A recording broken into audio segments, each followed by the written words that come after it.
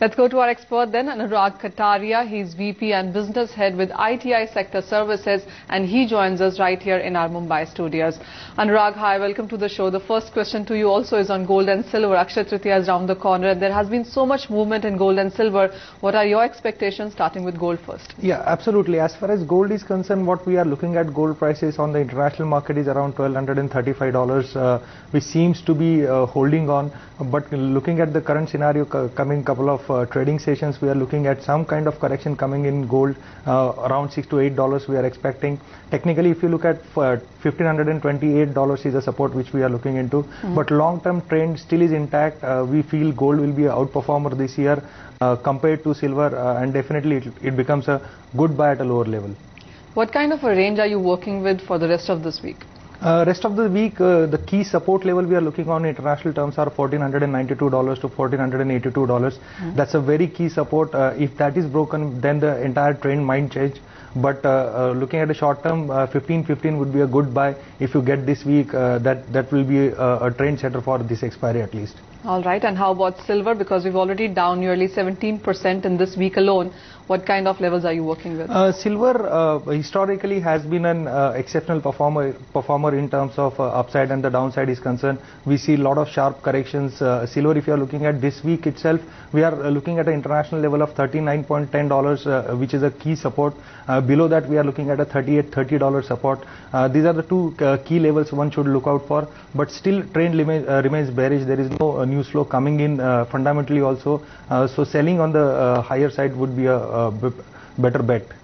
You know, Anurag, a lot of people really are stuck in their positions when it comes to gold and silver. At these current levels, if somebody wants to take a fresh position, what would your advice be? I would prefer gold again, because historically also and looking at first quarter, gold has been a lagger compared to silver, so gold is a better and a safer bet coming into this week at least. And less volatile as well. Absolutely.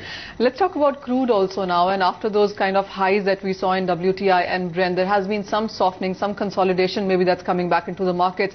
At 110 in sense of WTI crude, what levels are you now watching out for? See, as far as WTI is concerned, we always felt that news is a factor which is taken out around $25 to $30 premium on the current prices fundamentally, so we still feel there is some kind of news-driven event which will be coming in, but the fundamental data are showing. Even yesterday's USD data shown an increase in the stocks, so we are looking at a level of $108 to $107 coming into this week at least. So would you suggest a buy on dips, or would you steer clear as of now? Better to be steer clear and let the news settle down and then have a look at the commodity in a fresh perspective coming into week. Sure. Let's also talk about the agro commodities, since you track them as well, and it hasn't been a very strong week for most of those spices space. We've seen a continuous decline in last 3 days into them. Anything that you are picking up, especially in sense of turmeric? Yeah, absolutely. As far as turmeric is concerned, our house view has been sell on rise itself. We feel there is a lot of farmer supply coming in. It's just because a couple of days mandis were disrupted, you were not able to see the activity as such, but around 8300 is a level we are looking as far as turmeric is concerned for coming in week. And any sense of pressure do you see from the coming monsoons? Because this time around they're expecting it to be a good monsoon. Do you think that would in any space or any sense pressurizes the spices space? Absolutely. Agro commodities overall will now onwards, I think third week of May onwards, monsoon will be a big criteria to judge any commodity as far as agri space is concerned. And given the scenario, even the plantation what we are looking into are pretty encouraging. So spices would be on the lower side, specifically turmeric.